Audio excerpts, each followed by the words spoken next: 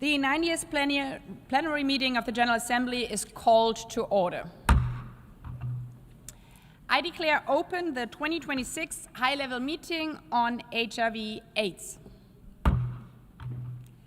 This meeting is held in accordance with Resolution 80/256 of April 24, 2026, and takes place under Agenda Item 10, entitled Implementation of the Declaration of Commitment on HIV/AIDS and the Political Declarations on HIV/AIDS. The documentation under this item is listed in the Journal of the United Nations. I will now make a statement as the President of the General Assembly.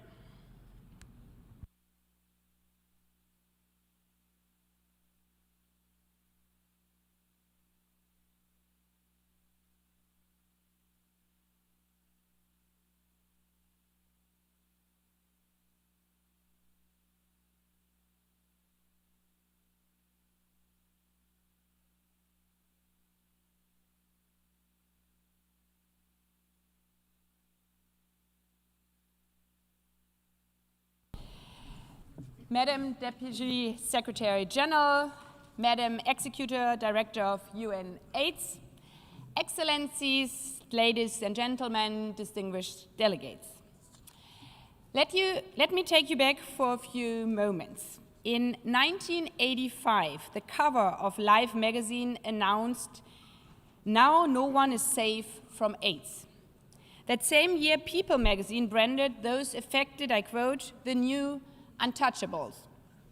2 years earlier, the writer Larry Kramer has published an essay whose title was simply "Account of the Dead."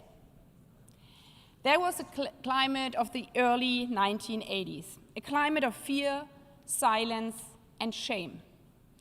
And the stigma cut twice. HIV was associated above with gay men.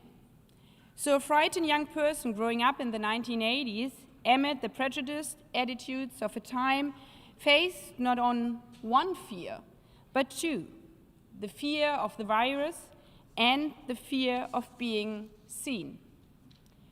To seek care was to be exposed. And so, too often, people did not seek care at all, and the silence cost them their lives. It cost others, too, as silence strangled attempts to strengthen prevention and allowed the virus to spread. But that is not where the story ended. The fight against HIV became one of the most powerful examples of what this United Nations can deliver. If we work together, people stood up against stigma, the world came together, attitudes changed, investments surged. Science proved the headlines wrong. We now know that HIV is not a death sentence, that it can be prevented, treated, and managed, that a person living with HIV can lead a full and healthy life. The numbers show how far we have come together through an organized global effort, supported in large part by this United Nations, and especially its agencies, to strengthen prevention, treatment, and access, guided by better data. New HIV infections have dropped by 61% since a peak in the late 1990s. HIV programs have spared an estimated 4.4 million children from infection and prevented 2.1 million AIDS-related deaths among children since the year 2000. AIDS-related deaths in total have dropped by about 70% from their peak. And these are not abstractions. These are mothers who lived to raise their children. They are children who were never affected at all. The global multilateral response to HIV thus became not only one of the United Nations' greatest success stories, but one of the most remarkable achievements in the history of public global health, providing a blueprint for confronting later health emergencies, from Ebola to recently COVID-19. In many ways, the story of HIV is a story of multilateralism itself. A global emergency provoked a concerted, cooperative response. But, unfortunately, we all know, today, reflecting the wider headwinds facing multilateralism, the HIV response stands at a crossroads, again. And we can decide now all together. If we walk the last mile together in the interest of all of us, successfully, we can end AIDS as a public threat, as a public health threat. Or we can allow 4 decades of hard-won progress to be put at risk. Funding is shrinking. International aid for health fell by 40% in 2025 compared with 2023. Prevention programs are being scaled back. Community organizations and local clinics are closing their doors.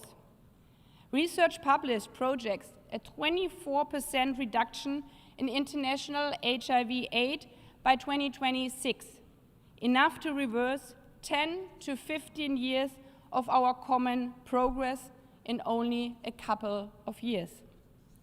On top of that, the political backlash in some places is gathering against some of the very people the response was built to protect. Hard-won gains in human rights, including legal changes for women and LGBTQ+ communities, are being questioned and rolled back, endangering progress, especially in prevention. Do we have to learn the hard story again? The consequences are stark. In 2024 alone, 1.3 million people acquired HIV.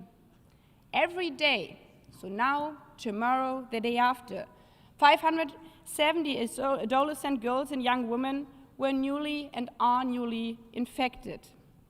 In sub-Saharan Africa, the burden remains especially severe, with the region accounting for the vast majority of children living with HIV, new child infections and AIDS-related deaths among children. This is not only a tragedy for those directly affected, but a threat to all of us. We learned it in the 1980s, that stigma was one of HIV's greatest allies. We learned how quickly HIV could spread when silence, fear, and prejudice stood in the way of prevention. And we learned just recently, again during COVID-19, that viruses do not carry any passports. They do not stop at borders. To endanger our common goal fight against HIV and AIDS would affect us all.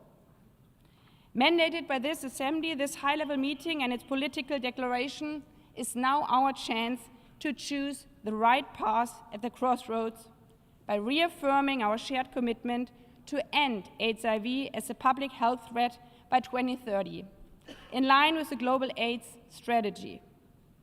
At a time when the world is already facing enough crises, we cannot afford to endanger successes we build together. We must walk the last mile together, starting here today. We know that in our fragmented world, consensus in this room is not the most easy task. Yet, it is depending on all of us, on our decisions. It is a moment not to step back. It is a moment to lean in, to protect the progress we have made, and to finish what humanity began more than 30 years ago. The end of AIDS within our reach is there. Let us not slip it from our hands. We know we are better together. I thank you.